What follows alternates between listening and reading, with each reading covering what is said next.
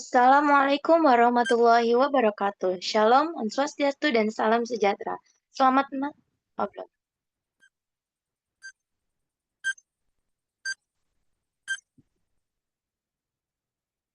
Assalamualaikum warahmatullahi wabarakatuh. Shalom, Om Swastiastu, dan salam sejahtera. Selamat malam kami ucapkan kepada narasumber dan juga semua EBT Heroes yang telah hadir pada malam hari ini. Pada kesempatan kali ini kita akan berbincang dan membahas mengenai analisis kebijakan transisi energi di tahun 2025. Perkenalkan, saya Kaila Putri Fareza selaku fasilitator yang akan membantu jalannya acara Z-Talk pada malam hari ini.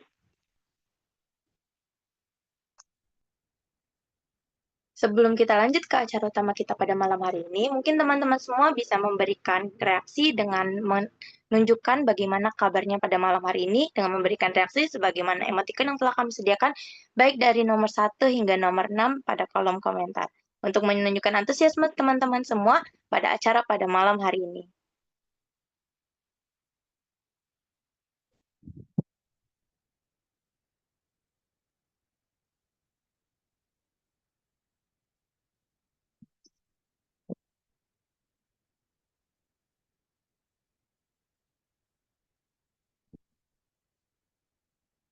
Next.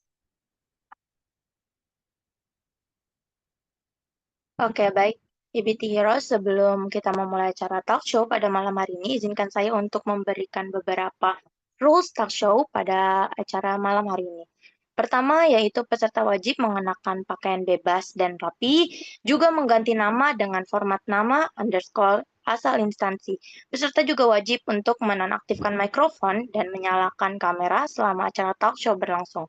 Peserta dapat mengaktifkan mikrofon ketika sudah dipersilahkan oleh MC, dan juga dilarang untuk mencoret-coret serta membuat kegaduhan, baik melalui chat maupun via mikrofon, atau bertindak tidak sopan di depan kamera selama acara talk show berlangsung. Peserta wajib mengikuti peraturan selama acara talk show berlangsung. Maka dari itu, teman-teman semua harus untuk menaati rules talk show pada malam hari ini. Sebelum itu, izinkan saya untuk memberikan sedikit informasi mengenai acara kami pada 7, 8, dan 14 sampai 15 Maret 2025 dengan judul Manajemen Gas Rumah Kaca atau ISO 14064-1, yaitu panduan untuk penghapusan GRK atau GHG atau pengurangan emisi.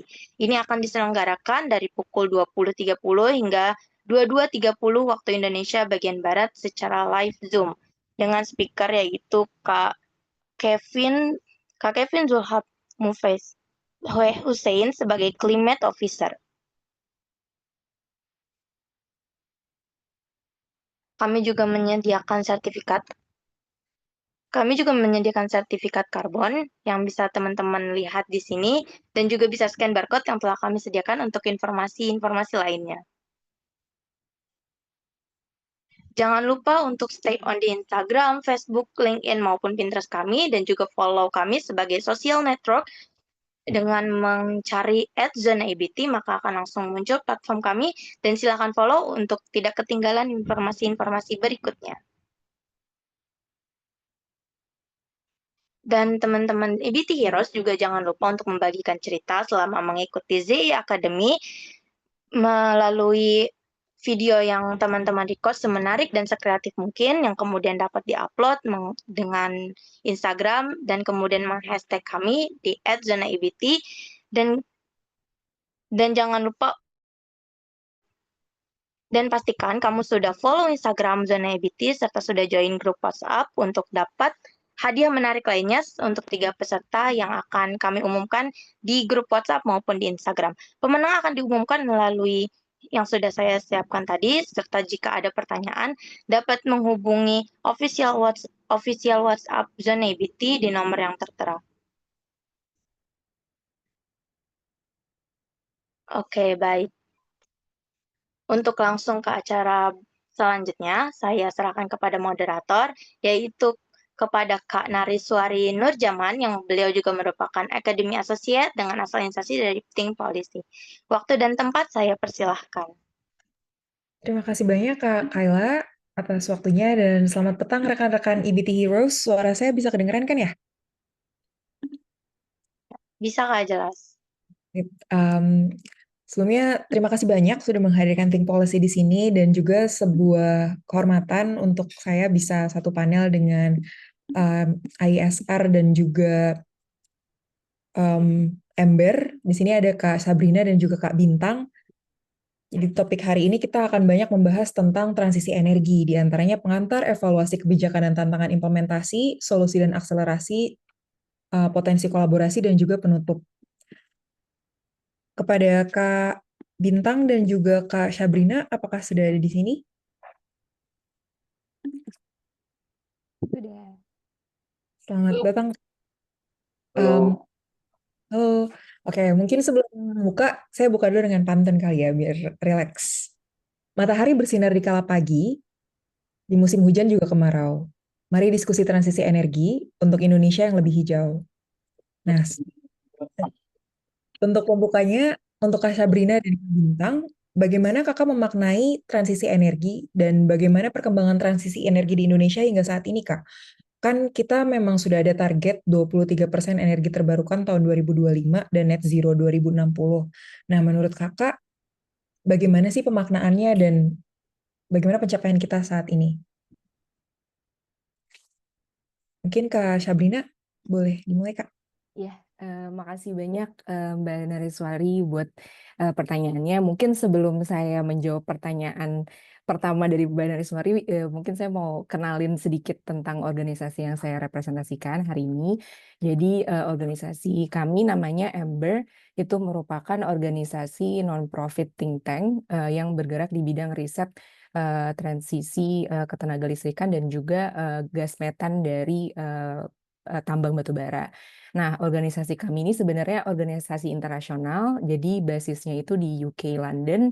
Saat ini belum ada kantornya di Jakarta, tapi nggak juga mengurangi semangat kami untuk tetap melakukan banyak riset tentang Indonesia gitu. Tapi memang posisi organisasi Ember itu sebagai organisasi internasional, fokus kami memang secara global maupun juga regional gitu. Jadi seperti misalnya posisi saya di Ember itu memang fokusnya lebih ke Asia Tenggara, nggak hanya spesifik ke Indonesia aja, tapi memang tim kami di Asia Tenggara itu kebanyakan berbasis di Indonesia, dan kami udah mengeluarkan beberapa report tentang transisi energi di Indonesia. Terus kami juga mengeluarkan report untuk negara-negara lain seperti Singapura dan juga Malaysia. Dan kami juga mengeluarkan report yang fokusnya ke region, yaitu misalnya ASEAN itu sendiri kayak gitu.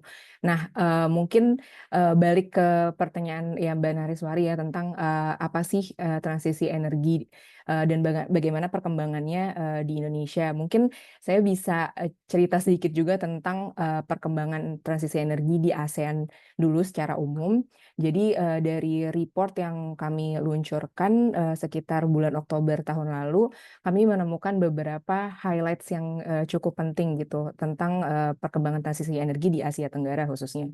Jadi yang kita tahu banyak sekali organisasi-organisasi yang mengeluarkan berbagai skenario bagaimana sih ASEAN bisa mencapai transisi energi, berapa tingkat EBT yang harus dicapai pada tahun tertentu untuk bisa memenuhi target pembatasan temperatur global 2 derajat Celcius misalnya. Nah, dari organisasi-organisasi tersebut seperti misalnya IRINA, ASEAN Center for Energy, dan juga AREA, ternyata dari skenario yang mereka buat, ASEAN itu sendiri seharusnya bisa mempercepat transisi energi, mengembangkan kapasitas EBT-nya sebanyak 3-5 kali dari level kapasitas EBT yang ada di tahun 2023 hingga tahun 2035. Ini berarti menandakan bahwa saat ini perkembangan transisi energi di ASEAN udah banyak melakukan perkembangan, tapi kita butuh lebih cepat lagi nih gitu untuk mencapai target yang lebih optimal gitu. Lalu highlight yang kita dapatkan juga dari report ASEAN yang kami tulis tahun lalu, salah satunya adalah terjadinya peningkatan konsumsi listrik pada tahun 2023, yaitu sebesar 45 terawatt hour lebih tinggi dari tahun 2022 atau sekitar 3,6%. Nah, sayangnya peningkatan konsumsi listrik ini juga kebanyakan dipenuhi oleh bahan bakar fosil gitu. Jadi ini juga menandakan bahwa ternyata kecepatan transisi energi di ASEAN itu belum cukup mengimbangi kecepatan peningkatan konsumsi listrik kayak gitu. Ini juga satu lagi indikasi bahwa transisi energi perlu dipercepat di ASEAN. Lalu selain itu, highlight selanjutnya adalah walaupun pada antara tahun 2022 dan 2023 ada penambahan kapasitas dari pembangkit listrik tenaga air atau hydropower plants sebesar 500 megawatt, ternyata produksi listriknya dari hydropower plants itu menurun sekitar 21 terawatt hour gitu. Ini menandakan bahwa listrik dari pembangkit listrik tenaga air itu mengalami fluktuasi walaupun kapasitas terpasangnya sudah meningkat. Berarti ASEAN pada khususnya juga Indonesia itu perlu melakukan diversifikasi EBT gitu. Jadi tidak hanya fokus kepada satu teknologi misalnya hydro yang saat ini juga mendominasi porsi EBT di Indonesia, tapi juga fokus ke sumber-sumber EBT lain seperti misalnya surya dan juga bayu dan juga teknologi yang lebih advance lagi seperti baterai gitu. Nah, sekarang berkaca ke Indonesia gitu ya, saat ini kan kita juga udah melihat banyak sekali berita sejak Presiden Prabowo mengumumkan ambisi baru Indonesia terhadap transisi energi di akhir tahun lalu di forum-forum internasional seperti G20 dan juga di Brazil dan juga di COP gitu. Nah, salah satu target-target tersebut yaitu satu adanya coal phase out atau penutupan pensiun dini PLTU pada tahun 2040 dan juga penambahan kapasitas EBT sebesar 75 gigawatt pada tahun 2040 juga.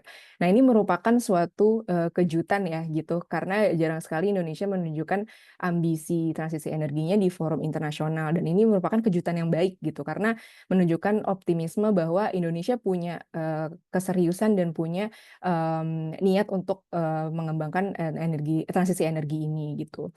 Dan menurut analisis kami, nggak lama setelah pengumuman tersebut dipublikasikan, untuk mencapai pensiun dini PLTU itu dibutuhkan sekitar 65% bauran EBT dari total produksi listrik di tahun 2040. Nah, berkaca dari tahun 2023, bauran EBT kita tuh masih 18%. Jadi butuh percepatan yang sangat ya signifikan lah gitu antara tahun 2023 hingga 2040 itu sekitar 17 tahun dari 18% menuju 65% itu gitu. Jadi banyak sekali yang harus dikerjakan gitu ya dengan oleh pemerintah Indonesia untuk bisa mencapai ambisi ini gitu dan gimana menerjemahkan ambisi level tinggi ini menuju skala kecil langkah-langkah yang konkret gitu untuk bisa mencapai target secara level menengah maupun level jauh gitu. Baik, terima kasih banyak Kak Sabrina. Selanjutnya mungkin dari Kak Bintang. Ya, halo, selamat malam. Suaranya sudah jelas ya? Oke. Pertama, terima kasih sudah diundang nih, untuk hadir di acara Zona EBT. Dipanggilnya apa ya? Rekan-rekan Zona EBT. Ya, jadi saya juga perkenalan sedikit. Saya Bintang di mungkin introduce sedikit juga tentang ISR. ISR juga merupakan NGO think tank yang kalau kita basisnya di Indonesia, kantornya di depan Eco Park kalau mau main. Terus kita juga aktivitas kita salah satunya adalah melakukan advokasi untuk transisi energi. Kita membuat laporan-laporan yang dan data gitu ya, yang dimana sektor-sektor semua sektor dalam transisi energi, baik itu sektor power, sektor transportasi, dan juga industri, salah satunya itu kita melakukan kajian-kajian di dalam sektor tersebut. Kalau saya sendiri kebetulan kebanyakan melakukan research di power sector. Nah, kalau menanggapi pertanyaan tadi ya, bagaimana sih tren transisi energi menurut pandangan kami, memang sejauh ini kalau menuju ke target awal, target saat ini kan masih mengacu pada kebijakan energi nasional yang satu dekade lalu gitu. Targetnya di tahun 2025 itu sebetulnya ekspektasi dari bauran energi itu 23%. Sementara kalau dari yang kita amati sampai sekarang itu masih sekitar 14% ya di akhir tahun lalu. Artinya dalam satu tahun gimana caranya 14% ini jadi 23% memang cukup sulit. Dan kalau kita mengikuti perkembangannya juga akhir-akhir ini kan sedang dirancang atau sedang dipersiapkan kebijakan energi nasional yang baru, di mana ada penyesuaian target bauran. Jadinya yang 23% itu ditargetkan untuk 2030 kalau nggak salah ya. Dan itu sebetulnya setahu saya itu rencananya akan disahkan tahun lagi, cuma karena ada perubahan pemerintahan dan juga kalau tidak salah itu karena untuk penyesuaian terhadap target pemerintah yang baru yaitu pertumbuhan ekonomi 8%, akhirnya ditunda dulu untuk kedepannya dilakukan penyesuaian. Nah, kalau dari sisi ISR, memang sejak mungkin 2 tahun lalu kami sudah memperkirakan bahwa dalam 2 tahun yaitu 2024 dan juga termasuk tahun ini, saya melihat bahwa tahun 2025 Indonesia masih dalam situasi.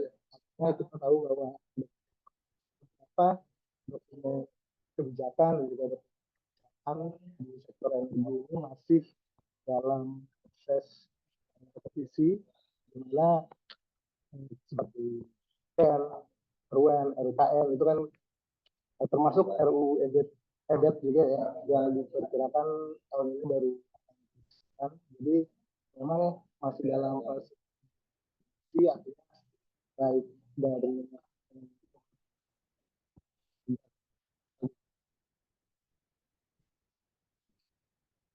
gitu dulu ya. Jadi sisanya juga tadi sudah dijelaskan sama Terima kasih banyak Kak Bintang dan Kak Sabrina. Berarti memang sudah ada target ya 23% di tahun 2025, tapi per September 2024 ternyata capaiannya masih 13%, sehingga nanti akan ada penyesuaian target seperti yang tadi disampaikan Kak Bintang dan seperti yang tadi disampaikan Kak Sabrina juga, masih banyak yang harus dikerjakan untuk menerjemahkan ambisi ke langkah konkret. Nah, selanjutnya berkaitan dengan penerjemahan ambisi ini, saya tertarik untuk menggali lebih dalam tentang evaluasi kebijakan dan tantangan implementasi. Mungkin kita bisa mulai dari misalnya Kak Bintang. Menurut Kak Bintang, bagaimana efektivitas kebijakan transisi energi yang diterapkan saat ini? Apakah sudah cukup ambisius? Kan tadi Kak Bintang bilang sudah ada target di RUN dan lain-lain. Nah, menurut Kak Bintang, ini sudah cukup ambisius belum, Kak?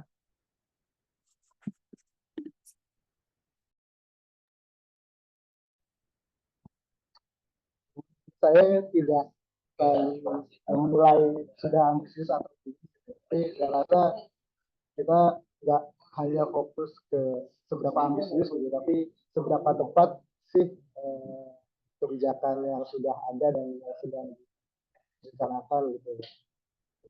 Kalau dilihat sebagai contoh ya dalam beberapa tahun terakhir misalnya terkait PLTS, karena PLTS kan salah satu sumber energi yang diharapkan dapat meningkat dan gitu ya di dalam proses transisi energi ini kita lihat ada banyak kendala, mulai dari misalnya 2-3 tahun terakhir itu kita sering kali berdiskusi tentang TKDN gitu, dan juga misalnya ada masalah pembatasan PLTS atap gitu. Nah sekarang misalnya sudah ada beberapa perkembangan, misalnya tahun ini sudah ada PLN mengenai atap. Jadi ternyata kemarin kan banyak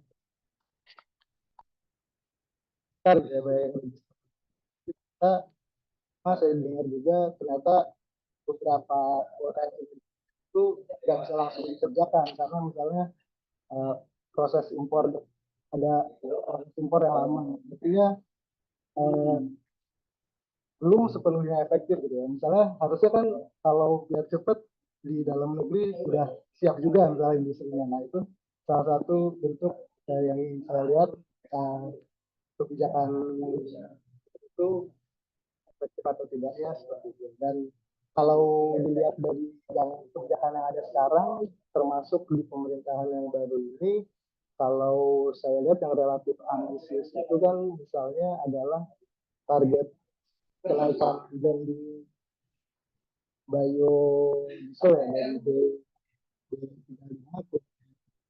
Nah itu juga saya rasa cukup ambisius, tapi di sisi lain banyak yang menilai juga seberapa jauh sih kesiapannya sehingga nanti kebijakan ini bisa efektif, karena banyak yang meragukan bahwa target tersebut bisa berjalan dengan tetap mempertimbangkan aspek-aspek lingkungan, karena sekarang kan isunya misalnya capai target blending itu harus membuka lahan baru, di mana itu juga berdampak juga ke lingkungan. Jadi mungkin itu sih pendapat saya. Jadi ada beberapa kebijakan yang ambisius, namun fokusnya juga perlu diperhatikan ke kesiapan dan mempertimbangkan seberapa cepat ya. Baik, terima kasih Kak Bintang. Sekarang mungkin ke Kak Sabrina. Aku mau tanya, berdasarkan riset Ember, menurut Kak Sabrina, apakah kebijakan listrik saat ini sudah cukup efektif dalam mendukung transisi energi di Indonesia, Kak? Iya, mungkin menyambung dari Mas Bintang juga ya, tadi kan nyebutin tentang kebijakan rooftop solar yang dari ESDM tahun 2024 nomor 2. Memang ya sangat disayangkan bahwa skema net metering itu akhirnya diberhentikan gitu. Itu kan merupakan suatu apa ya, ibaratnya industri atau misalnya konsumen udah semangat nih gitu mau pasang rooftop solar, tapi skema net meteringnya diberhentikan, akhirnya itu kan memberikan disinsentif justru kepada konsumen tersebut untuk ikut partisipasi dalam transisi energi. Dan itu kayaknya bisa jadi salah satu indikasi juga bahwa mungkin kesiapan yang belum tercapai itu nggak cuma dari segi sebenarnya kebijakan aja, tapi kalau kita lihat bisa juga dari segi teknis ya gitu. Seberapa siap misalnya PLN sebagai penyedia listrik dan juga pemilik jaringan listrik untuk mengakomodir peningkatan tenaga surya gitu di dalam jaringan listriknya, karena pasti ada pertimbangan teknis yang membuat akhirnya kebijakan rooftop solar itu akhirnya diberhentikan atau dikurangi gitu. Jadi perlu ada juga kebijakan yang menginsentifkan PLN untuk meningkatkan kapasitas gridnya dan juga meningkatkan ya kualitas dan modernisasi dari gridnya itu sendiri. Terus mungkin tambahan satu lagi itu terkait juga dengan RUKN 2024-2060. Tadi Mas Bintang juga sempat menyinggung bahwa ya kan yang baru harapannya akan diterbitkan juga tahun ini. Nah, tapi RUKN yang terakhir diluncurkan yang buat 2024-2060 ini kan masih mengikuti RUKN yang lama gitu. Jadi maksudnya mengikuti KEN yang lama gitu. Jadi mungkin belum merepresentasikan perkembangan target-target yang baru diumumkan saat ini. Contohnya misalnya tadi pengumuman dari Pak Presiden Prabowo bahwa akan ada penutupan coal PLTU pada tahun 2040. Nah, ini cukup kontradiktif dengan RUKN yang menyatakan beberapa target bahwa kurang lebih ada sekitar 20 gigawatt tambahan kapasitas PLTU dari PLTU captive gitu. Ini kan cukup agak berbeda ya gitu dari target penutupan PLTU yang sebenarnya mau jadi ambisinya Indonesia gitu. Jadi mungkin satu hal yang sangat perlu diperhatikan bahwa harusnya target-target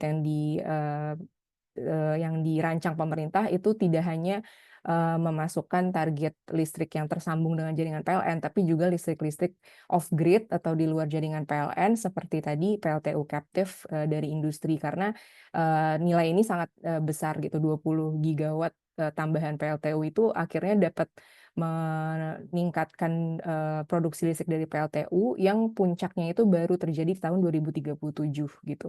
Sedangkan itu juga kontradiktif dengan misalnya target DJP ya, Just Energy Transition Partnership, di mana kita mau memprioritaskan pengurangan PLTU kayak gitu. Jadi kayaknya perlu ada sinergi gitu, bahkan antar institusi pemerintah itu sendiri dalam menentukan targetnya. Gitu. Menarik banget nih, Kak. Berarti memang ada beberapa kontradiksi dan perlu ada sinergi antar institusi ya. Nah, ini pertanyaan selanjutnya untuk kedua pembicara. Sama sih, menurut Kakak, apa sih tantangan terbesar dalam implementasi kebijakan transisi energi, apalagi dari aspek regulasi dan pendanaan? Mungkin bisa dari Kak Sabrina dulu, Kak. Iya, jadi menurut saya mungkin sebelum ngomongin tentang regulasi dan juga pendanaan, hal pertama yang perlu ada transformasi adalah kemauan politik yang kuat ya gitu. Karena sebagai negara produksi batu bara terbesar di dunia, pastinya tantangan terbesarnya adalah gimana mengubah sistem tata kelola energi di Indonesia yang masih sangat berpusat dalam batu bara menjadi yang pro EBT gitu.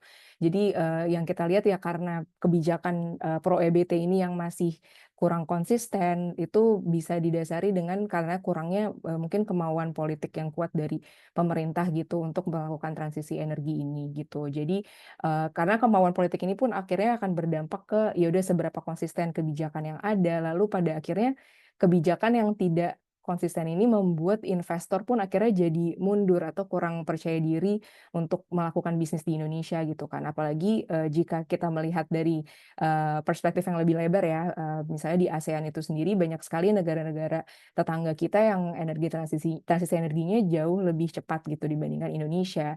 Karena banyak mekanisme yang mendukung para pebisnis dan investor ini, memudahkan mereka untuk melakukan ya perkembangan proyek di negara-negara tersebut, jadinya mungkin investor jadi lebih tertarik ke negara lain gitu dibandingkan negara kita sendiri kayak gitu sih. Jadi kalau misalnya kemauan politik udah kuat, terus kebijakan sudah konsisten dan ada insentif yang bisa membuat para investor ini juga merasa iklim bisnis di Indonesia itu cukup kondusif, pada akhirnya proyek-proyek EBT juga akan tumbuh, terus riset dan juga perkembangan teknologi serta kapasitas SDM di Indonesia juga akan semakin terdorong gitu, sehingga pasar EBT di Indonesia akan lebih kompetitif lagi gitu jika dibandingkan dengan misalnya pasar bahan bakar fosil seperti batu bara gitu. Pada akhirnya kan kita harus memikirkan gimana caranya harga listrik dari EBT itu bisa setara gitu dengan harga listrik dari bahan bakar fosil gitu. Nah, salah satu cara untuk mencapai itu yaitu dengan juga mengurangi subsidi untuk bahan bakar fosil dulu gitu, supaya akhirnya banyak stakeholders yang nggak punya persepsi lagi bahwa batu bara lebih murah daripada EBT gitu. Iya, nanti Kak. Berarti dari political will atau kehendak politik juga insentif ya. Kalau dari Kak Bintang gimana, Kak? Sama setuju dan sama juga karena tadi dari yang kita temukan gitu di dalam diskusi-diskusi yang penting, yang paling penting itu tentunya political will dan leadership gitu. Dan kalau kita lihat memang belum lama kan Pak Presiden kita dengar atau di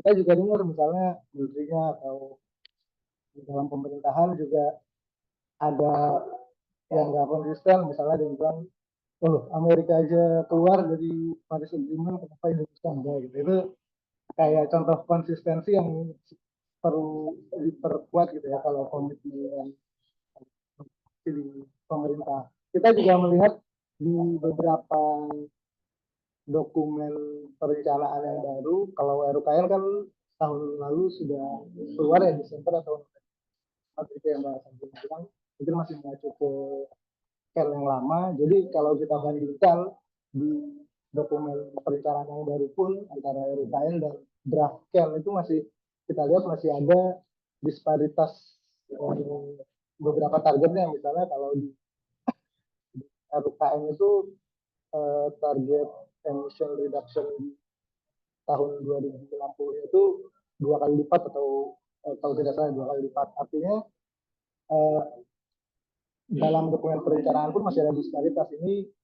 Selain tadi political yang harus konsisten, dokumen perencanaan juga perlu dibuat konsisten supaya tidak menimbulkan mix signal gitu ya. Tentunya nanti berkaitan dengan misalnya menarik investasi dan sebagainya.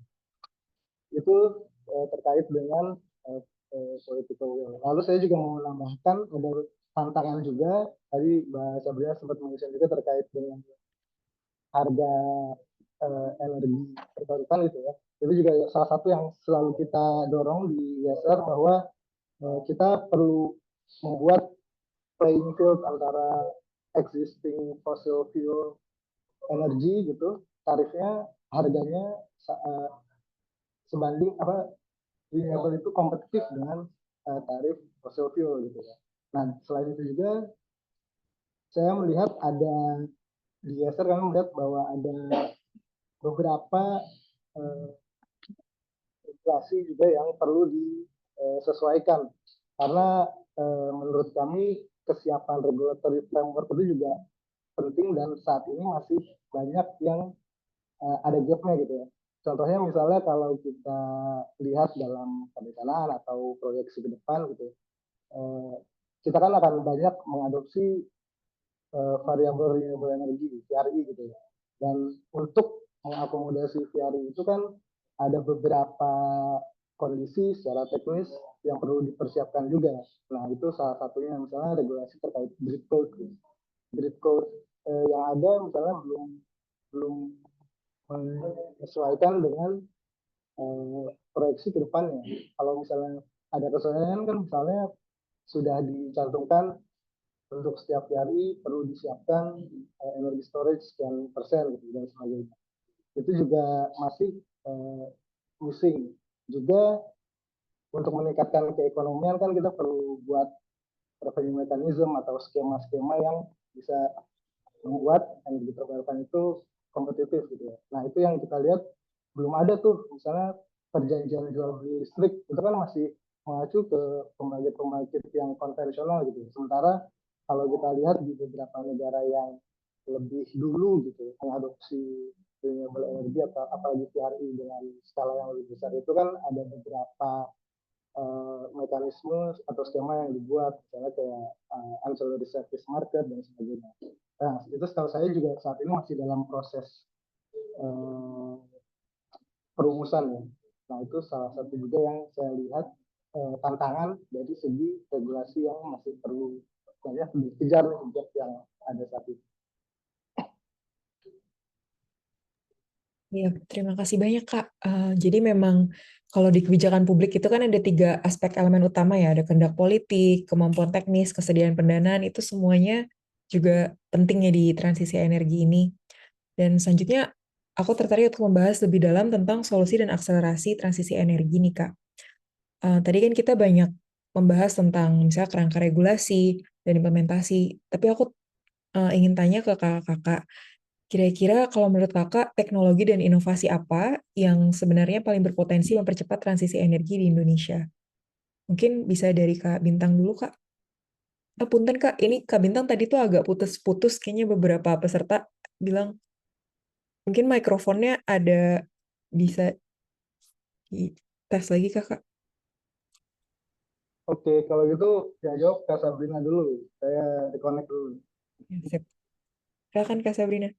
Iya, jadi mungkin banyak sekali berita-berita atau studi yang mengedepankan teknologi-teknologi seperti green hydrogen atau mungkin carbon capture storage. Tapi kami di Ember percaya bahwa teknologi tersebut merupakan teknologi yang efektif untuk jangka panjang. Nah, sebaiknya saat ini kita fokus ke jangka pendek atau jangka menengah dulu, yaitu teknologi-teknologi yang memang sudah ada gitu dan terbukti sudah bisa berjalan seperti pembangkit-pembangkit konvensional lainnya gitu yang sudah cukup mature dan biayanya pun udah terlihat menurun gitu ya secara drastis di belakang tahun ini, yaitu seperti teknologi tenaga surya dan juga tenaga bayu dan pastinya ditambah dengan teknologi baterai gitu. Karena selama ini alasan-alasan teknis yang sering kita dengar, kenapa sih kok teknologi surya atau teknologi bayu tuh belum banyak dikencangkan gitu ya terutama di Indonesia. Alasannya pasti karena sifatnya yang intermittent, di mana misalnya ya tenaga surya itu kan mengandalkan sinar matahari yang cuma ada dari pagi hingga sore. Jadi malam nggak ada lagi listriknya gitu. Dan sedangkan bayu itu sebenarnya cenderung kebalikan, di mana listriknya biasanya paling maksimal terjadi di malam hari gitu kan. Nah, tapi udah ada loh teknologinya, solusinya gitu, yaitu dengan teknologi baterai. Memang saat ini teknologi baterai masih sangat mahal ya, terbilang cukup mahal. Cuma sama seperti teknologi surya yang dulu dianggap mahal, pada akhirnya pun sekarang biaya teknologinya udah jauh menurun. Nah, permasalahannya adalah bagaimana pemerintah bisa mengusahakan adanya penurunan biaya itu, dan itu semua kembali ke kebijakan lagi gitu. Gimana pemerintah bisa menciptakan pasar gitu untuk teknologi-teknologi tersebut bisa bersaing, karena dengan adanya kompetisi pasti akan lambat laun harganya juga menurun gitu. Mungkin ambil salah satu contoh dari Malaysia ya misalnya, karena kebetulan saya menulis report tentang Malaysia. Nah, di Malaysia itu mereka perkembangan tenaga suryanya juga lumayan cukup baik gitu ya. Mereka udah punya kebijakan yang konsisten sejak sekitar tahun 2016, di mana mereka udah mulai mengenalkan skema feed-in tarif, sama juga seperti Indonesia yang dulu pernah mengenalkan skema feed-in tarif untuk memperkenalkan si teknologi-teknologi EBT yang baru ini saat itu gitu, seperti surya, terus habis itu bioenergy dan hydro. Sampai ketika dinilai bahwa pasarnya sudah terbentuk, di mana udah mulai bermunculan lah project developer yang mau ikutan, karena dinilai feed-in tarif ini cukup efektif, mungkin dari segi pematokan harga itu cukup representatif dari biaya produksi yang dikeluarkan sama project developer, sampai akhirnya ketika pasarnya sudah cukup matang, Malaysia mulai bertransisi dari feed-in tarif menjadi melakukan lelang. Nah, dengan adanya lelang, pastikan project developer akan saling menaruh harga serendah mungkin dengan kualitas yang sebaik mungkin gitu kan. Dengan itu kan akhirnya muncullah harga-harga yang semakin turun gitu. Dan hasilnya dari pengamatan kami dari tahun 2017 hingga tahun 2023, biaya produksi listrik surya di Malaysia saat dari 2007 sampai 2023 itu menurun sebesar 53%. Dan jika kami bandingkan dengan biaya produksi bahan bakar fosil, yaitu kalau di Malaysia juga batu bara dan gas, ternyata biaya produksi surya itu udah mencapai parity atau keselarasan dengan biaya produksi dari bahan bakar fosil, yang artinya berarti EBT atau surya itu udah cukup murah gitu dibandingkan dengan bahan bakar fosil di Malaysia gitu. Dan pasti itu bisa dilakukan juga di Indonesia gitu, apalagi Indonesia itu negara terbesar di ASEAN dan potensi suryanya sangat besar gitu. Jadi ya akarnya adalah bagaimana akhirnya mekanisme ini yang ada di Indonesia bisa mendukung ya udah turunnya biaya teknologi-teknologi tersebut gitu. Dan ini bisa direplikasi juga untuk teknologi baterai, pastinya dengan mengikuti konteks dan juga struktur ketenagalistrikan di Indonesia ya gitu. Nanti Kak, berarti lebih ke sebenarnya kalau teknologinya itu bisa kayak yang tadi tenaga surya, bayu, dan juga baterai, dan strateginya itu lebih ke menurunkan biaya produksi dan juga meningkatkan daya saing ya. Kalau Kak Bintang gimana Kak? Ya, halo, udah cukup jelas belum ya? Ya, mendingan Kak. Sorry, sorry. Tadi kayaknya ini sih, internetnya. Oh, Coba oke. saya ngejawabnya sambil stop video dulu ya, Ya, izin. Jadi tadi pertanyaan terkait dengan teknologi ya.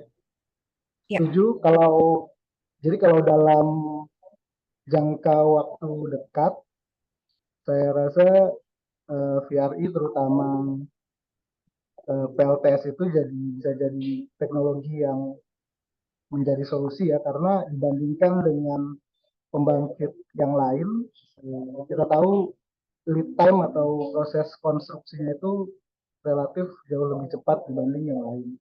Jadi dalam jangka waktu dekat, kalau kita mau mengakselerasi, memang caranya adalah dengan PLTS. Dan harganya kan sekarang cukup kompetitif ya.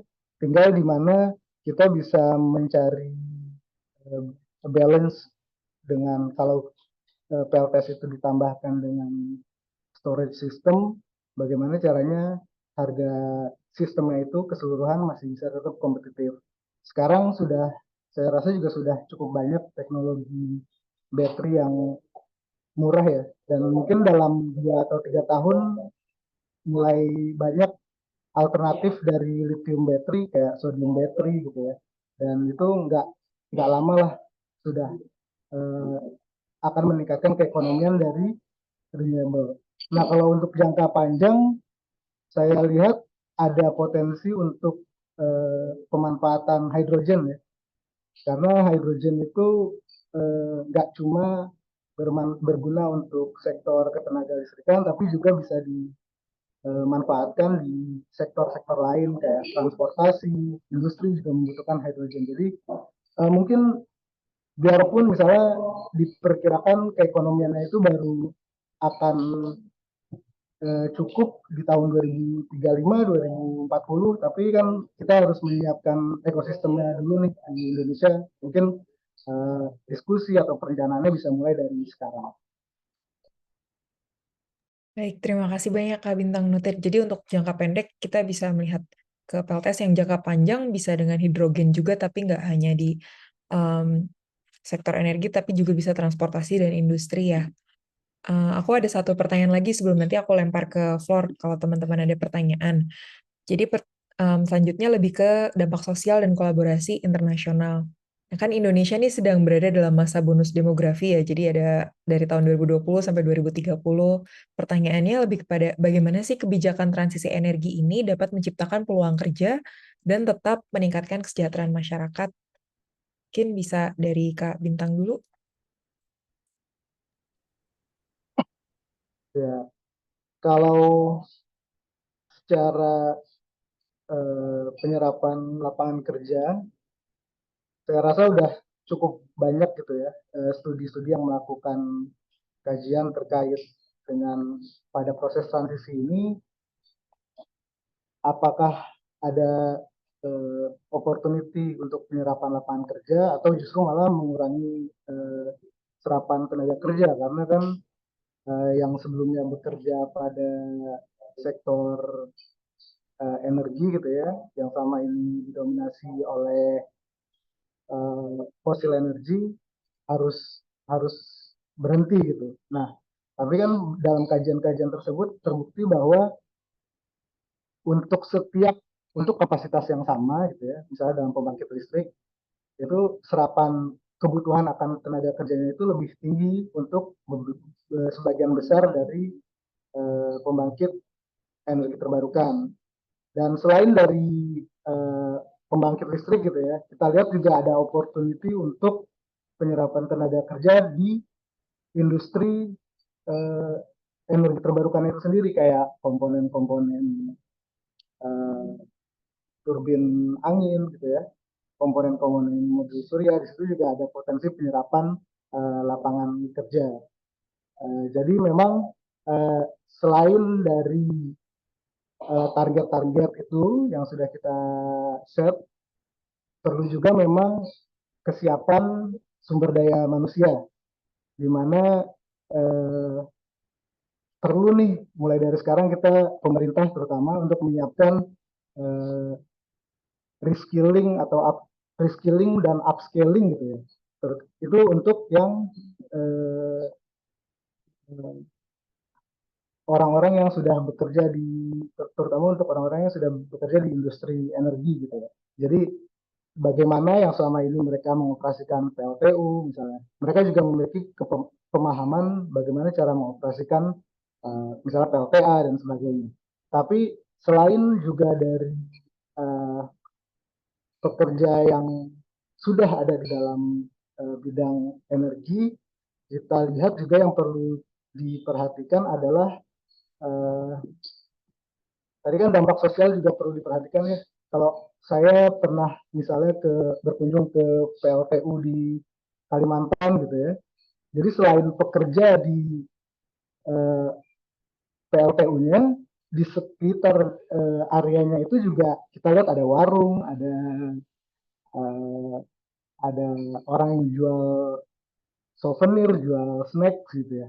Nah, biarpun kalau Yasser pernah melakukan kajian gitu ya untuk daerah-daerah penghasil batubara dan yang mengoperasikan PLTU, seberapa besar sih dampak ekonominya gitu ya. Ternyata memang sebetulnya keuntungan ekonomi yang didapatkan di wilayah tersebut itu nggak sepenuhnya terserap ke masyarakat sekitar. Tapi kalau kita lihat kayak warung tadi kan, kalau misalnya PLTU-nya ditutup, warungnya juga sepi gitu ya.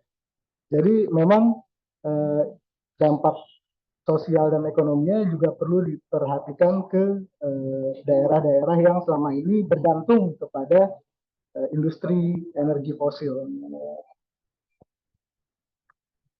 Itu. Iya, terima kasih banyak Kak Bintang. Kalau dari Kak Sabrina, bagaimana Kak? Iya, sebenarnya banyak yang udah di cover dengan Mas Bintang ya. Mungkin saya nambahin sedikit aja. Jadi kami dari Ember pun juga ada studi mengenai green jobs berdasarkan target-target yang ada di Indonesia seperti misalnya JETP. Jadi mungkin nanti bisa cek ke website kami ember-energy.org. Nah, salah satu highlight dari report itu juga diestimasi bahwa bisa terciptanya sekitar 100.000 lapangan pekerjaan di green jobs gitu. Jika akhirnya ada transisi dari misalnya batu bara menjadi EBT kayak gitu. Dan ya seperti yang Mas Bintang tadi bilang, jadi penciptaan lapangan kerja juga nggak hanya dari industri EBT-nya itu sendiri, tapi juga ada dampak yang positif terhadap ya ekonomi di wilayah sekitar si pembangkit EBT-nya maupun dari industri manufaktur misalnya dari komponen-komponen EBT-nya. Nah, mungkin yang perlu di-highlight juga sebenarnya kembali lagi ke target yang Pak Prabowo juga sebutkan ya, yaitu coal phase out pada tahun 2040. Banyak juga pastinya concern terkait bagaimana akhirnya nasib wilayah-wilayah yang tadinya itu bergantung ekonominya terhadap batu bara dan akhirnya jika ditutup lalu bagaimana gitu nasib ekonominya. Nah, perlu adanya pastinya strategi dari pemerintah gitu untuk melakukan yaitu tadi reskilling dan juga upskilling bagi masyarakat yang tadinya bekerja di pertambangan atau maupun area-area ekonomi yang tadinya buat aktivitas batu bara gitu. Nah, saat ini kan memang sudah ada mekanisme seperti JETP gitu, cuma memang mekanisme JETP itu sendiri kan juga sifatnya tidak mengikat gitu ya. Jadi belum kita lihat bagaimana turunan kebijakan dari pemerintah sendiri, misalnya dari segi peta jalan bagi provinsi-provinsi yang terkena dampak dari coal phase out itu, apa diversifikasi ekonomi yang akan pemerintah lakukan gitu agar masyarakat tidak hanya mendapatkan dampak negatifnya atau bahkan bukan tentang dampak negatif yang berkurang, tapi seberapa cepat transisi antara mereka kehilangan pekerjaan sampai akhirnya mendapatkan pekerjaan baru dari EBT gitu sih. Terima kasih Kak Sabrina dan Kak Bintang. Berarti memang ada potensi penciptaan 100.000 lapangan kerja di green jobs jika ada transisi, tapi itu pun memerlukan reskilling atau upskilling. Jadi perlu ada peningkatan dan juga penyesuaian kemampuan ya di workforce atau pekerjanya sendiri. Nah, itu sebenarnya kalau dari yang tanya jawab termoderator, segitu dulu. Selanjutnya saya akan menyerahkan kepada rekan-rekan yang ada di sini. Kalau ada pertanyaan, boleh raise hands atau kalau mau ditaruh di chat juga bisa. Dari teman-teman EBT Heroes, apakah ada pertanyaan? Oh, sudah ada 3 yang raise hands dari Nabila, Virgi, dan Raffi. Jadi aku mulai dari Nabila dulu kali ya. Nabila, silakan. Izin semuanya, apakah suara terdengar? Dengeran. Oke, baik. Mengingat ini sudah 2025 ya, sudah nggak ada waktu lagi untuk berkompromi tentang climate change sendiri.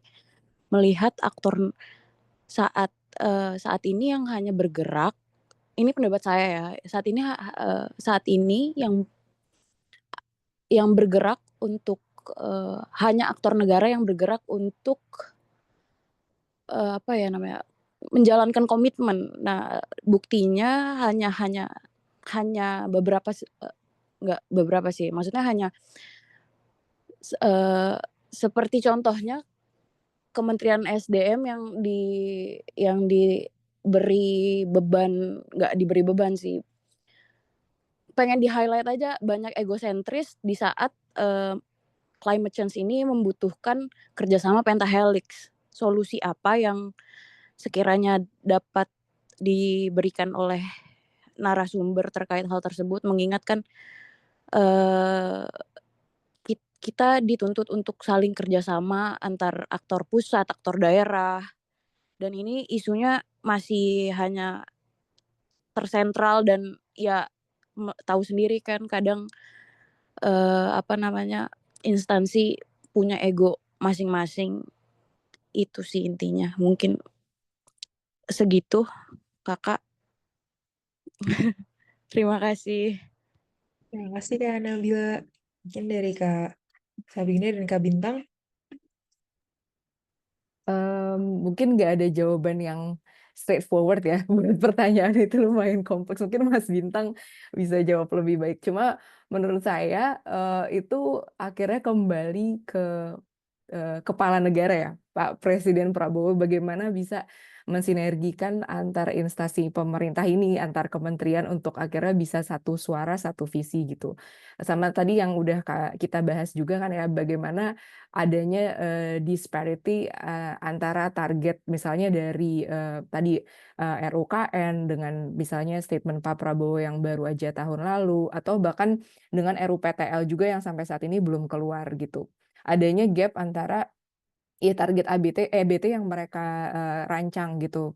Harusnya ada sinergi, padahal kan ini target nasional gitu. Jadi gimana caranya setiap instansi ini bisa duduk bareng dan ya udah sepakat gitu, berapa sih target energi EBT yang mau kita capai di tahun sekian gitu. Jadi penting juga adanya kayak one gateway point gitu ya, di mana mungkin ada satu instansi khusus yang menaungi upaya energi transisi di Indonesia, yang akhirnya mengkoordinasikan setiap instansi yang berkaitan gitu, sehingga ini nggak cuma untuk mensinergikan target EBT, tapi juga mungkin bisa jadi cost efficiency, di mana biaya untuk melakukan riset, untuk melakukan formulasi kebijakan itu bisa tersentralisir dalam satu instansi kayak gitu. Terima kasih banyak Kak Sabrina. Ini mungkin lebih menantang ya, karena kan dengan isu-isu efisiensi itu berarti mungkin sumber dayanya kita terbatas, political will-nya juga perlu ditingkatkan lagi. Dia memang cukup kompleks ya. Dari Kak Bintang, mau ditambahkan lagi Kakak? Ya, sorry nih, aku ini lagi stop video lagi, kayaknya tadi putus-putus. Setuju sih, nggak ada straightforward solution gitu ya. Cuma memang leadership sih balik lagi, dan dimana kalau sekarang kan kita lihat yang diberikan tanggung jawab ya, salah satunya adalah Kementerian SDM untuk memimpin proses transisi ini. Nah, kalau saya sih melihatnya dari sisi seberapa besar kita bisa berkontribusi gitu. Nah, kalau dari ISR sendiri contohnya, kita mencoba, kan kita melakukan advokasi gitu ya, melalui kajian-kajian kita kita tuh berusaha supaya advokasi kita ini sasarannya itu ke semuanya gitu ya, baik ke policy makersnya melalui rekomendasi kebijakan, terus juga kita memfasilitasi misalnya sektor industri kayak kita misalnya di SR bekerja sama sama RE100 gitu ya, dari industri mereka sebetulnya butuh tuh akses energi bersih tapi masih susah. Nah, kita itu memfasilitasi eh, sektor industri ini untuk menyampaikan hal-hal yang mereka butuhkan ke policy makers gitu ya. Juga selain industri kita juga berusaha untuk meningkatkan awareness juga tuh ke masyarakat pada umumnya gitu ya. Jadi kita sering berkomunikasi juga sama eh, teman-teman mahasiswa gitu. Jadi kalau saya sih ya berharap semoga ke depannya ada leadership yang kuat dari sisi pemerintah, tapi di sisi lain kita coba ini sih berusaha apa sih yang bisa kita lakukan gitu, dan selama ini Yeser mencoba di apa masuk di semuanya gitu, itu sih. Ya, jadi memang ya dari aspek political will ini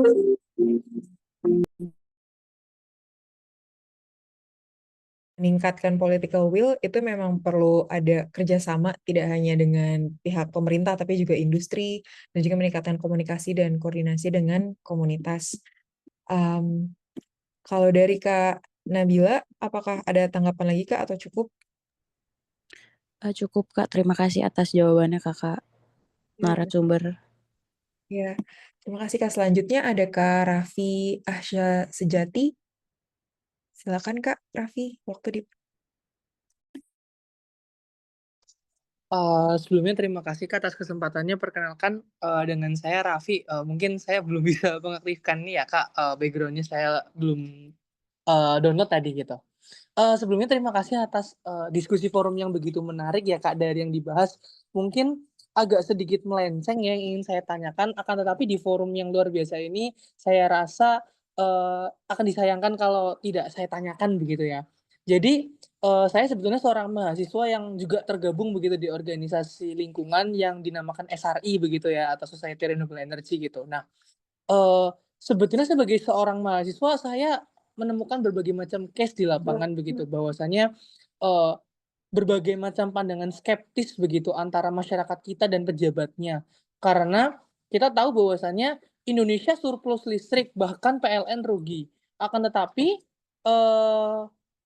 fakta yang ditemukan di lapangan adalah kita kalau berbicara tentang listrik itu masih sangat banyak yang bermasalah begitu. Jadi mungkin yang pertama ingin saya tekankan adalah ada dua perbedaan mungkin di antara produksi dengan distribusi begitu atau jaringan listriknya begitu. Karena meskipun listriknya surplus tidak bisa mencapai daerah-daerah pinggiran. Bahkan ketika kita berbicara daerah 3T seperti Sulawesi dan lain sebagainya di luar Pulau Jawa, bahkan di Pulau Jawa khususnya Jawa Tengah pun masih banyak desa yang tergolong pada kemiskinan karena listrik sendiri kan kebutuhan begitu ya, wajib untuk listriknya sendiri tidak tercapai begitu, sehingga tidak bisa mensupport usaha, sehingga dan lain sebagainya, angka kemiskinan tinggi. Nah, dari situ saja sebetulnya masyarakat tidak punya pilihan begitu terkait pada alternatif solusi, sehingga mereka menggunakan genset. Nah, di daerah yang sama pula, di pinggiran itu kan tidak mudah juga untuk menemukan solar sebetulnya. Jadi memang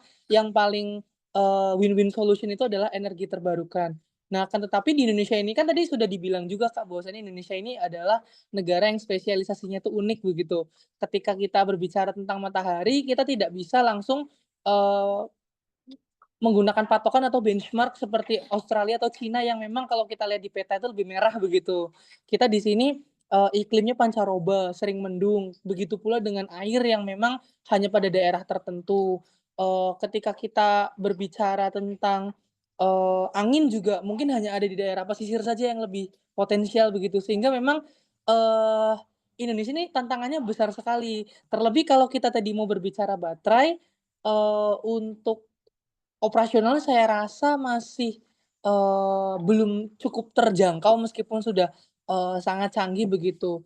Nah, terlebih ketika kita berbicara tentang industri, memang dari yang saya pikir itu, Indonesia tadi dibicarakan tentang bonus demografis itu sebetulnya apakah mungkin begitu, ketimbang kita membentuk sebuah, manufaktur yang berbasis industri terpadu seperti smelter gitu di, nikel, itu kita mencoba untuk, berbasis kearifan lokal begitu, sehingga memang masyarakatnya bisa membangun sendiri-sendiri di tiap-tiap daerahnya, tapi difasilitasi oleh edukasi sehingga, eee dari apa istilahnya, sarana prasarana atau infrastrukturnya itu bisa jauh lebih terpenuhi gitu dari, tiap-tiap daerah. Karena kan kita tahu bahwasanya EBT itu masih sangat terbatas begitu, karena masyarakat kita juga bingung gitu, kalau saya pasang nanti bagaimana dengan maintenance-nya? Apakah harus menunggu dari Jawa Barat kah, dari Jakarta, atau dari Surabaya? Nah, sehingga, yang saya tanyakan adalah sebetulnya dari seluruh hal yang kompleks tadi pentahelix begitu ya, dari segi teknikal, dari segi bisnis juga, dari segi masyarakatnya, itu, apa sih yang menjadi tantangan di Indonesia? Karena saya pikir, eee, kalau dalam segi EBT itu Indonesia hampir tertinggal 20 tahun begitu untuk teknologi manufaktur dibandingkan negara lain begitu, contohnya Cina. Eee, apakah tidak ada solusi begitu, di mana kita bisa menghubungkan antara teknologi yang tepat guna, mudah digunakan di Indonesia, tapi juga sesuai dengan, berbagai macam, apa istilahnya, sumber energi di Indonesia, tapi dengan tadi diversifikasi. Karena kalau kita pakai skala besar pun, di Indonesia itu jaringan listriknya belum sangat terpenuhi begitu. Jangankan kalau saya sendiri di daerah kota yang masih sering mati listrik, di daerah desa yang emang untuk bisnis yang, potensinya ekspor begitu ya, seperti peternakan dan perikanan yang memang, ancamannya adalah kerugian dan kebangkrutan itu memang, apa ya, menjadi suatu hal yang bagi mahasiswa itu sebetulnya seperti, kenapa bisa tidak ada solusinya begitu. Nah, dari situ juga saya jadi berpikir, karena saya seorang mahasiswa, jadi saya masih terbatas ya Kak ilmunya, jadi kayak, kenapa kalau saya bisa berpikir seperti ini, pasti kalau berdiskusi dengan, orang yang tidak terlalu paham pasti berbicara seperti hal skeptis, kalau memang bisa dilakukan kenapa tidak industri-industri besar di Indonesia yang melakukan, apa ya, kalau saya sebut itu istilahnya adalah, smart grid tapi microgrid gitu Kak. Nah, eee, jadi mungkin seberapa mungkin sih dari EBT ini bisa, diterapkan di Indonesia dan dalam jangka waktu berapa lama sih dari Indonesia ini bisa, apa istilahnya, mulai berkembang ke sana begitu? Dan, apa ya istilahnya, kalau dari saya sendiri mungkin bertanyanya, eee, salah satunya dari regulasi juga sih ya, seberapa berbahaya begitu ya, karena mungkin, segala sesuatu tadi sangat komprehensif sekali begitu, karena meskipun kita bisa menyediakan solusi dari segi teknologi dan lain sebagainya, ketika regulasinya tidak mendukung, meskipun bagi orang yang membutuhkan, akan menjadi rasa was-was juga begitu bagi masyarakat begitu. Nah, kira-kira kalau dari apa yang saya katakan mungkin tidak jelas juga ya, Kak, tapi mungkin lebih ke saya ingin bertanya gitu, kalau menurut Kakak bagaimana sih gambaran dari, teknologi yang ideal, kemudian pembiayaan, kemudian juga, dari SDM, apakah betul kita bisa mewujudkan, industri yang berbasis komunitas begitu seperti Gojek misalkan, jadi, green jobs-nya akan terbuka lebih luas tapi dengan skala kearifan lokal. Jadi, tidak yang terlalu tinggi seperti di industri begitu. Mungkin itu sih yang ingin saya tanyakan sih tentang, bagaimana solusi atau gambaran yang mungkin, kakak-kakak sekalian atau yang pernah terbesit begitu. Jadi ya ini mungkin seperti diskusi juga begitu. Oke mungkin itu sih, terima kasih. Banyak Kak Raffi. Mungkin bisa dari Kak Sabrina dulu Kak.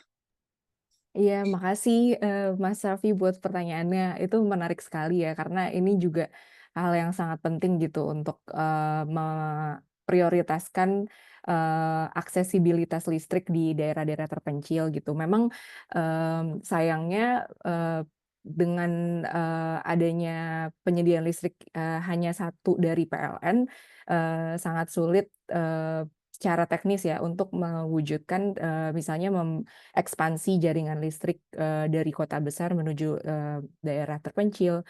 Karena mungkin salah satu pertimbangan di balik itu adalah apakah biaya pembangunan, jaringan transmisi ke daerah terpencil tersebut pada akhirnya bisa secara finansial itu memberikan return gitu kepada PLN dibandingkan misalnya dengan jumlah populasi di daerah itu. Jadi itu hal yang mungkin bisa jadi salah satu tantangan, atau selain itu bisa jadi dari segi geografis memang tidak memungkinkannya misalnya untuk jaringan transmisi mencapai daerah tersebut, mungkin karena daerahnya perbukitan atau mungkin harus menyeberang laut kayak gitu. Jadi memang solusi yang efektif untuk daerah-daerah seperti itu ya dengan membangun pembangkit off grid gitu. Dan tadi kan juga Mas Alvin nyebutin kalau memang ada yang akhirnya bikin genset menyalakan genset sendiri, terus kadang ketersediaan bensin itu juga nggak selalu ada. Disinilah EBT akhirnya memang dibutuhkan kan gitu, karena dengan adanya misalnya tadi memanfaatkan surya atau bayu atau mungkin daerah situ ada sungai gitu, bisa bikin micro hydro atau mini hydro, itu akhirnya bisa memberikan produksi listrik yang cukup bagi populasi di daerah terpencil. Nah, di sini peran pemerintah sangat penting karena dengan pemerintah mendorong adanya listrik di daerah terpencil, PLN juga harus mewujudkan itu. Terlepas itu akhirnya memberikan financial return atau enggak kepada PLN, karena itu memang salah satu tugas utama PLN juga untuk mencapai 100% elektrifikasi di Indonesia gitu kan. Nah, balik lagi ke kebijakan apa di pemerintah yang membantu PLN untuk mewujudkan itu. Yang sering menjadi masalah dalam transisi energi itu adalah kesehatan finansial PLN gitu, sebagai perusahaan yang BUMN, dia perlu memikirkan bisnis, tapi dia juga perlu memikirkan bagaimana menciptakan listrik yang aksesibel buat seluruh rakyat di Indonesia gitu kan. Nah, ini juga tantangan ya buat pemerintah. Contohnya mungkin yang bisa kita ambil adalah banyaknya alokasi dana pemerintah yang dipakai untuk subsidi bahan bakar fosil gitu, dan subsidi bahan bakar fosil ini pun banyak yang akhirnya salah target gitu. Banyak sekali pihak-pihak yang sebenarnya nggak berhak untuk mendapatkan untung dari subsidi itu, tapi akhirnya malah bisa dapetin itu, sedangkan orang yang benar-benar butuh akhirnya nggak bisa dapet subsidi tersebut. Jadi mungkin perlu ada reformasi juga gitu di dalam kebijakan si subsidi ini dari pemerintah, bagaimana subsidi bahan bakar fosil ini bisa perlahan dikikis dan akhirnya direalokasi untuk EBT, dan EBT ini nggak hanya dari skala besar aja, tapi juga untuk pemanfaatan listrik di daerah-daerah terpencil gitu. Jadi menurut saya sih kunci utamanya itu tadi yang paling bisa kita lihat saat ini ya, yaitu bagaimana bisa realokasi subsidi bahan bakar fosil itu sih yang dianggap mungkin masih kadang misalokasi gitu. Ya, makasih banyak Kak Sabrina. Dan ini kayaknya Kak Bintang saat ini sedang tidak berada di sini ya? Atau sudah ada? Halo. Kurang nggak? Namanya belum ganti ya, sorry. Ini iPhone, Mak. Sorry. Sorry. Ya, ini Mas join ulang pakai HP. Kedengeran ya suaranya? Kedengeran. Iya, sorry ya.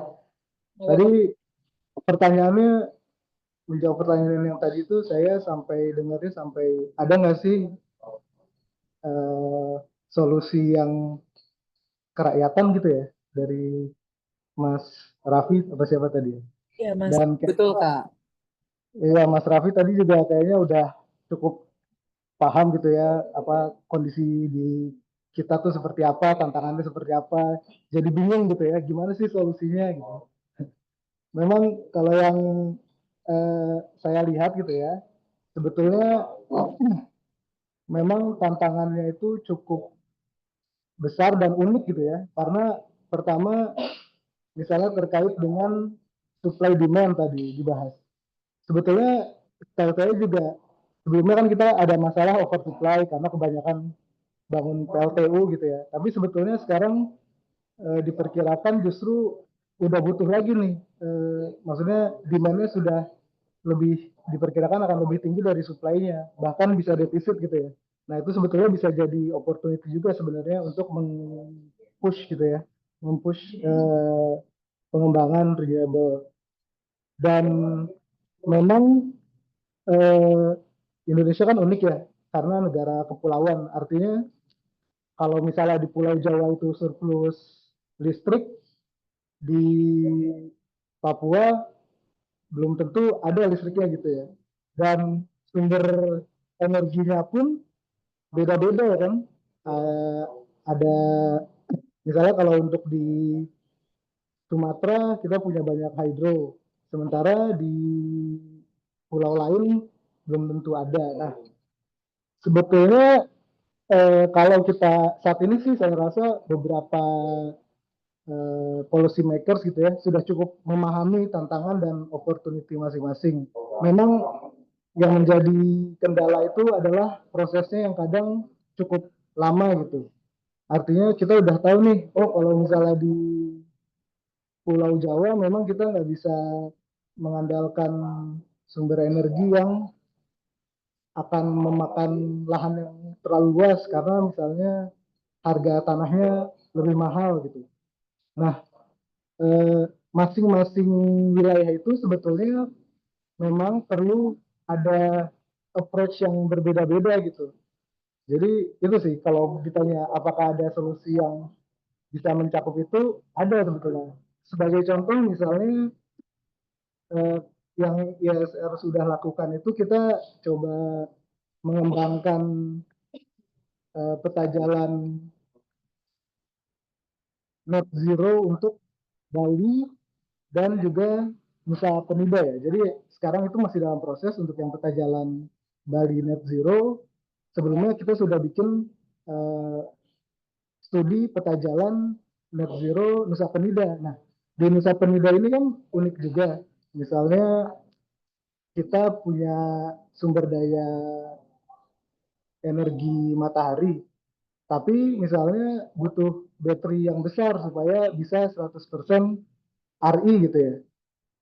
Kalau nggak pakai itu, kita harus tetap mengoperasikan diesel. Nah, ternyata ada solusi lain, misalnya pakai biomass dari limbah gitu. Nah, itu limbah-limbah ini ternyata bisa loh didapetin dari misalnya kalau di Nusa Penida itu kan sektor yang paling aktif itu salah satunya pariwisata. Nah, misalnya ada limbah minyak dari hotel-hotel, nah itu bisa ternyata bisa dimanfaatin juga untuk support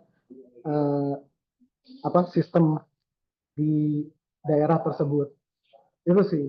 Dan juga saya rasa ini menyambung juga pertanyaan yang awal tadi ya, awareness mahasiswa, awareness masyarakat itu juga perlu ditingkatkan sih. Jadi kayak untuk NGO-NGO juga kayaknya zona EBOT juga aktif ya bikin diskusi-diskusi. Nah itu bisa meningkatkan awareness. Kalau kita lihat pemerintah sekarang kan kebanyakan kebijakannya juga kebijakan populis ya. Jadi semoga kalau misalnya makin banyak nih anak-anak muda juga yang menyebarkan informasi ke masyarakat pada umumnya, pemerintah juga bisa lebih lebih aktif gitu, mendorong supaya yang tadi tuh prosesnya yang masih lama itu jadi lebih cepat. Itu.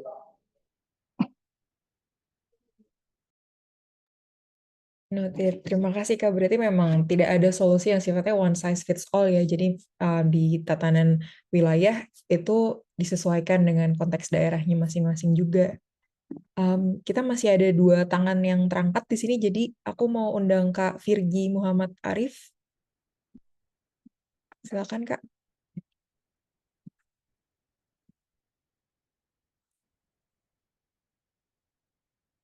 Halo Kak Virgi. Kak Virgi kayaknya suaranya belum terdengar. Halo Kak, kedengaran? Ya, sekarang Ya. kedengaran. Ya, makasih Kak sebelumnya. Tadi juga sudah sempat disinggung ya oleh Kak Bintang bahwa Indonesia menurunkan targetnya ya untuk bauran energi terbarukan di tahun ini di 2025, di mana tahun ini juga nggak tercapai target bauran energi terbarukan yang 23% itu di RUN. Nah, dan juga ada statement beberapa policy maker ya yang bilang mempertimbangkan soal Paris Agreement juga, dan itu juga mungkin jadi kekhawatiran oleh kita juga bahwa ini juga bisa jadi pintu masuk untuk kita menunda untuk transisi energi ke depannya gitu. Dan baru-baru ini juga ada pengesahan Undang-Undang Minerba kan, yang mana itu juga menekankan soal domestic market obligation buat batu bara gitu. Nah, menurut Kak Sabrina dan Kak Bintang sendiri, dengan kondisi demikian, terutama penekanan soal DMO batu bara, kita bakalan bisa mencapai bauran energi terbarukan nggak sih di tahun 2030 atau bahkan justru malah diturunkan lagi gitu. Melihat situasi misalnya di 2029 ternyata masih jauh nih dari 23% ya, turunin lagi gitu. Apakah selama ada DMO untuk batu bara selalu seperti itu patternnya, atau menurut Kak Bintang atau Kak Sabrina sendiri akan ada hal lain gitu yang justru jadi game changer untuk percepatan energi transisi? Terima kasih Kak. Masih Kak Virgi. Wah, ini pertanyaan yang cukup menantang ya. Mungkin Kak Bintang mau jawab duluan, Kak? Iya, ya pertanyaannya menarik sih. Memang ini balik lagi tadi ya ke komitmennya jadi diragukan dengan kebijakan-kebijakan yang baru dibuat akhir-akhir ini juga terkait DMO. Sebetulnya memang kalau kita berusaha objektif ya, kalau kita mempertimbangkan energi security gitu, memang masuk cukup masuk akal kalau ada DMO gitu ya. Artinya kita punya sumber daya batu bara, kan selalu gitu kan, pertanyaan dari stakeholder yang relatif lebih mendukung batu bara untuk terus gitu ya. Kita kan punya sumber batu bara, kenapa nggak dimanfaatin aja gitu kan? Kita kan negara berkembang, sementara negara maju yang mendorong kita, mereka udah duluan menikmati industrialisasi, kita baru mau industrialisasi dihalangi karena faktor energi kita pakai batu bara. Nah itu in some sense masuk akal, tapi sebetulnya selain DMO-nya itu, kalau menurut saya yang perlu dijadi diskusi itu sebetulnya, kalau DMO itu kan kewajiban supaya kebutuhan dalam negeri terpenuhi terlebih dahulu gitu. Sebetulnya masalahnya kan ada price, ketentuan price-nya kan, ketentuan harganya atau domestic price obligation.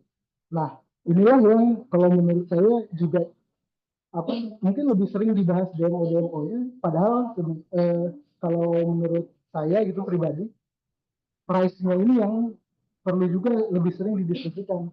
Itu kan balik lagi, yang membuat renewables itu slow gitu ya perkembangannya itu karena fossil fuels, terutama untuk pembangkit listrik, biaya yang harus dikejar oleh renewables itu rendah gitu ya, jadi harus sangat kompetitif supaya bisa menggantikan. Nah, yang faktor yang menyusun biaya pembangkit listrik PLTU itu kan lebih dari setengahnya itu dari harga bahan bakarnya kan. Nah, jadi sebetulnya selama ini dalam tanda kutip kan PLTU disubsidi melalui yang kita sebut DMO. Padahal kan yang perlu kita perhatikan juga adalah price-nya. Jadi mungkin kita bisa tetap misalnya DMO itu ada, tapi yang perlu disesuaikan itu sebetulnya price-nya. Jadi kalau sekarang kan kalau untuk PLN harga batu baranya $70 per ton. Sementara kalau misalnya tidak untuk PLN kan mengikuti harga pasar, which is sekarang berapa, 100, biarpun sekarang lagi turun ya, 107, $110 per ton. Tapi kalau kita lihat di 2022 misalnya, itu harganya kan bisa sampai hampir $300 per ton. Jadi kan ada berapa besar tuh yang disubsidi. Jadi kalau menurut saya memang DMO ini regulasinya secara keseluruhan kontraproduktif dengan ambisi dekarbonisasi dan transisi energi, tapi kita perlu mencari celah juga gimana sih kira-kira kita bisa mulai mengubah itu. Kalau menurut saya salah satunya adalah dengan melakukan evaluasi terhadap price domestic price-nya itu sih.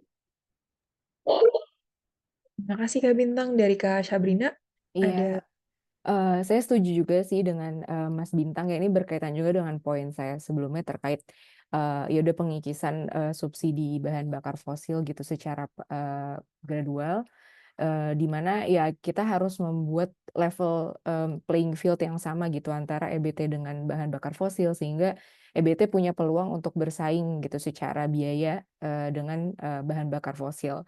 Tapi kalau kita mau ngambil perspektif lebih lebar juga, sebenarnya pemerintah juga seharusnya ingat juga bahwa pada akhirnya kalau Indonesia tetap mengedepankan batu bara, Indonesia akan ketinggalan di pasar global dari segi sektor manapun, gak hanya dari segi energi ya. Karena kalau kita ngomong energi kan pasti sangat berkaitan dengan faktor ekonomi juga.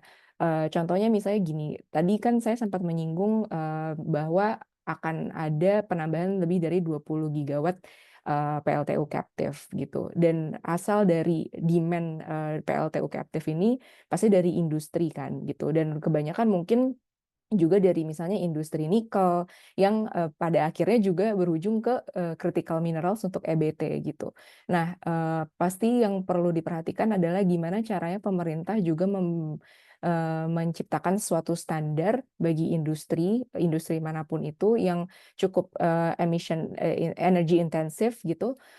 Gimana caranya industri ini bisa ikut berpartisipasi untuk menciptakan EBT gitu. Misalnya memberikan standar bahwa industri tersebut harus mendapatkan listrik sekian persen dari EBT, tapi dengan diiringi mekanisme yang membuat industri ini juga bisa mendapatkan EBT gitu. Gimana caranya pemerintah membuat suatu program agar industri-industri ini juga bisa misalnya membeli listrik dari EBT secara langsung, misalnya beli langsung dari project developer, berarti harus ada skema misalnya seperti direct power purchase gitu. Jadi nggak hanya beli listrik dari PLN aja, tapi ada mekanisme yang membuat industri juga bisa beli EBT dari project developer langsung, atau mungkin bisa juga dari mekanisme power wheeling, di mana industri beli listriknya dari project developer, tapi listriknya disalurkan melalui PLN juga gitu.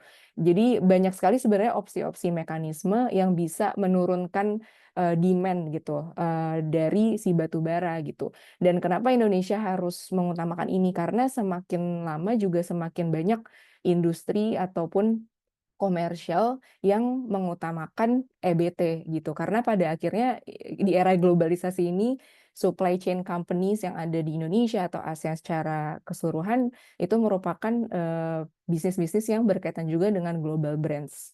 Global brands yang besar yang udah punya climate target sendiri, yang udah punya komitmen harus mencapai EBT sampai tahun sekian. Nah, kemudahan investasi EBT merupakan salah satu faktor penting bagi bisnis ini untuk melakukan investasi bisnis di Indonesia juga gitu.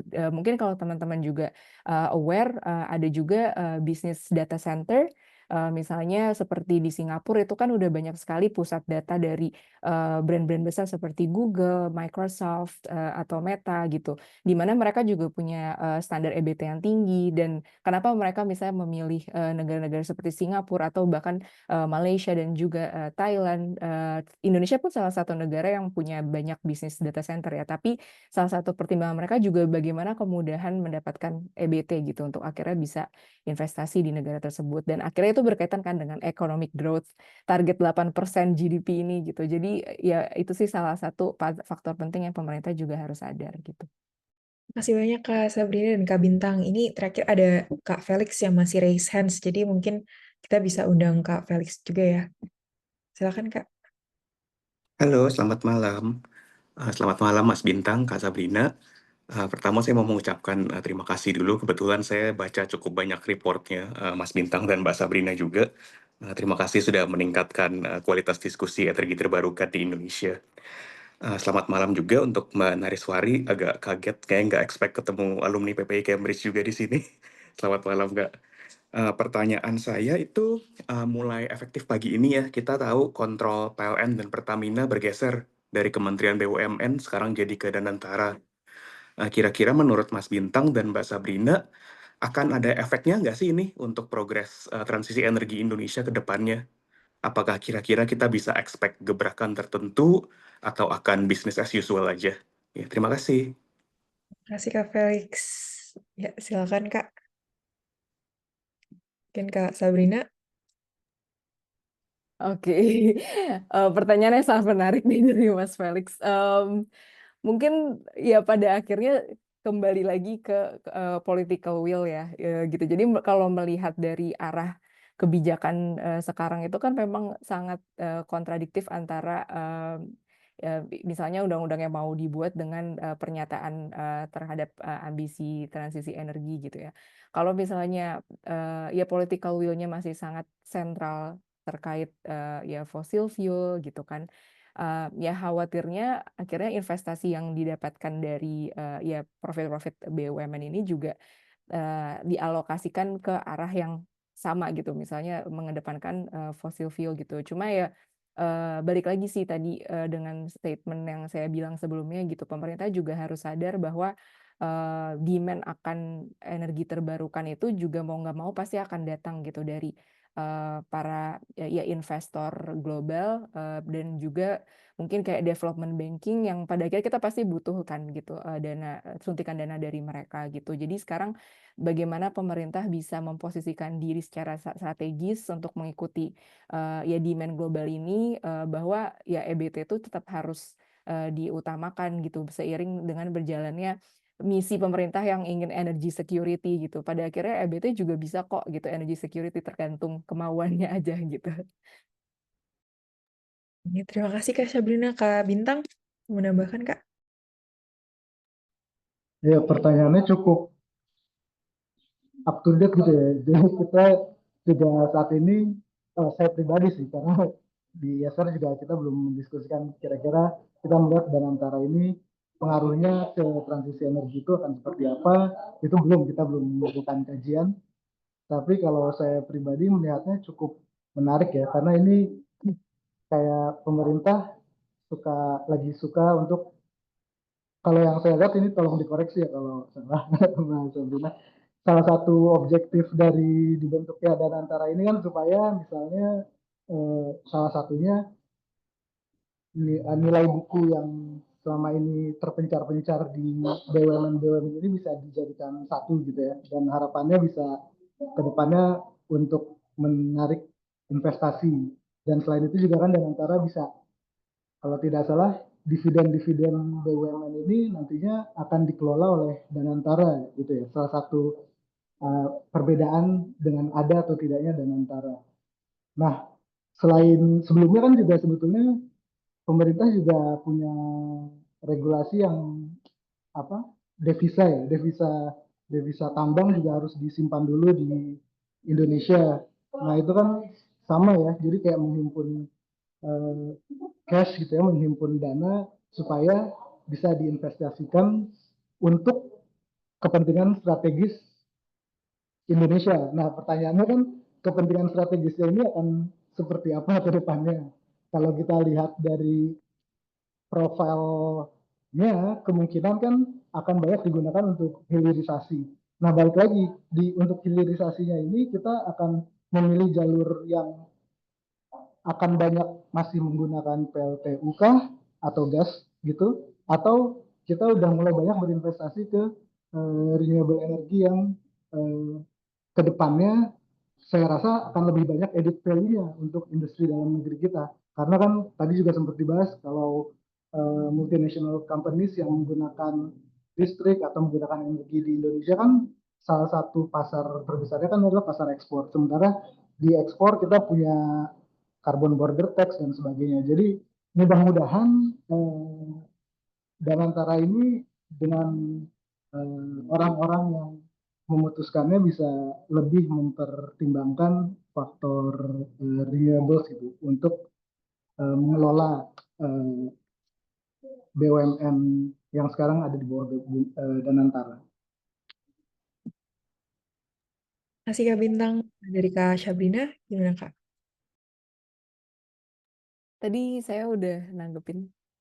Ya udah aman ya berarti. Oke, kalau gitu Tadi pertanyaan terakhir dari Kak Felix, dan sebenarnya kan ada pertanyaan di chat ya, yang belum sempat terjawab. Mungkin kalau dari Kak Sabrina dan Kak Bintang, apakah berkenan kalau membagikan email, kalau misalnya nanti teman-teman mungkin bisa tanya langsung ya, kalau belum sempat terjawab di sini, karena keterbatasan waktu. Jadi kita sekarang sudah mau mengakhiri sesi diskusinya, dan sebelum mengakhiri, aku mau mengundang Kak Sabrina dan juga Kak Bintang untuk memberikan closing statement. Mungkin bisa mulai dari Kak Sabrina. Iya, ya jadi mungkin closing statement dari saya sih, yang saya percaya sebenarnya pilar dari energi transisi itu sebenarnya ada 4P ya. Yang pertama itu P yang pertama ada political will. Tadi kita udah sering membahas bahwa itu fondasi paling awal gitu untuk adanya transisi energi yang dipercepat. Lalu yang kedua policy atau kebijakan yang konsisten mendisinsentifkan bahan bakar fosil dan juga menginsentifkan EBT itu merupakan kunci gitu supaya transisi energi ini benar-benar terwujud. Lalu yang ketiga itu pastinya private investment. Jadi keterlibatan sektor swasta dan juga internasional itu sangat penting gitu untuk mempercepat transisi energi, apalagi bagi negara-negara berkembang seperti di ASEAN. Jadi pemerintah juga perlu memperkuat lagi relationships dengan private sector dan juga internasional agar banyak suntikan dana yang masuk ke dalam transisi energi sehingga dana tersebut bisa dialokasikan untuk peningkatan kapasitas sumber daya manusia maupun pemanfaatan potential resources dari EBT gitu. Dan yang terakhir yaitu potential resources itu sendiri gitu. Pasti udah nggak bisa nggak bisa diabaikan lagi bahwa Indonesia sebagai negara terbesar di ASEAN secara luasan maupun populasi itu memiliki potensi EBT yang sangat besar gitu, sekitar 3,7 terawatt potensi EBT yang kita punya, tapi hanya 0,4% yang udah dipakai sampai saat ini. Itu udah membuktikan betapa terlambatnya Indonesia gitu dalam upaya transisi energi gitu. Jadi 4P inilah yang perlu kita ingat gitu, gimana caranya Indonesia bisa memaksimalkan transisi energi. Terima kasih Kak Sabrina. Kalau dari Kak Bintang, gimana Kak? Ya, kalau saya mungkin nambahin sedikit ya. Kalau kurang lebih sama juga kayak Mbak Sabrina. Biasanya kalau di Yaser kami setiap tahun itu kita mengevaluasi namanya Transition Readiness Framework gitu ya. Kurang lebih isinya adalah apa sih enabling environment yang diperlukan untuk proses transisi energi. Di dalamnya ada political and regulatory terkait tadi political will dan sebagainya, juga investment, lalu ada tekno-economic aspek, dan yang terakhir itu sosial. Nah, jadi 4 hal ini yang setiap tahun kita evaluasi dan kita cari cara gimana supaya 4 enabling environment ini bisa berkembang gitu. Jadi kita rating setiap tahun. Kita harapkan dengan perubahan yang terjadi itu gebrakan-gebrakan yang ada itu makin lama 4 enabling factor ini semakin baik. Terima kasih banyak Kak Sabrina dan Kak Bintang. Jadi tadi closing statement-nya mengakhiri diskusi kita hari ini ya. Dan kalau misalnya teman-teman masih punya pertanyaan, mungkin nanti bisa menjangkau Kak Sabrina dan Kak Bintang. Tapi kalau aku boleh mensintesis sedikit, berarti sebenarnya mungkin ada 3 I yang sangat penting di transisi energi ini ya. Pertama, insentif, misalnya dari segi produksi dan distribusi energi terbarukan, kemudian investment, baik itu dari pemerintah maupun swasta, dan juga inklusi, di mana kita juga harus bisa memastikan bahwa inisiatif ini bisa sesuai dengan karakter di daerah dan juga selaras antara global, nasional, dan juga regional. Dengan ini terima kasih banyak kepada teman-teman EBT Heroes yang sudah hadir sampai pukul 8.30. Saya izin menutup diskusi ini dan menyerahkan kembali ke MC. Terima kasih. Ya, baik, terima kasih Kak Nariswari. Tidak terasa kita sudah di penghujung acara yang selama acara tadi telah ditemani oleh moderator kita, Kak Nariswari Nurjaman. Begitu juga dengan para narasumber hebat kita, ada Kak Sabrina Nadila, seorang elektrisi polisi analis for Southeast Asia di Ember, dan juga Kak His Muhammad Bintang sebagai Research Coordinator for Power and Energy Resources Group di Institute for Essential Services Reform atau IESR. Sehingga kita dapat banyak sekali manfaat dan ilmu yang sangat berguna, semoga bagi kita semua. Untuk itu, saya mengucapkan terima kasih banyak. Selanjutnya, untuk mengabadikan acara pada malam hari ini, kita akan melakukan sesi foto bersama. Kepada seluruh EBT Heroes yang belum menyalakan kamera, boleh dinyalakan terlebih dahulu kameranya.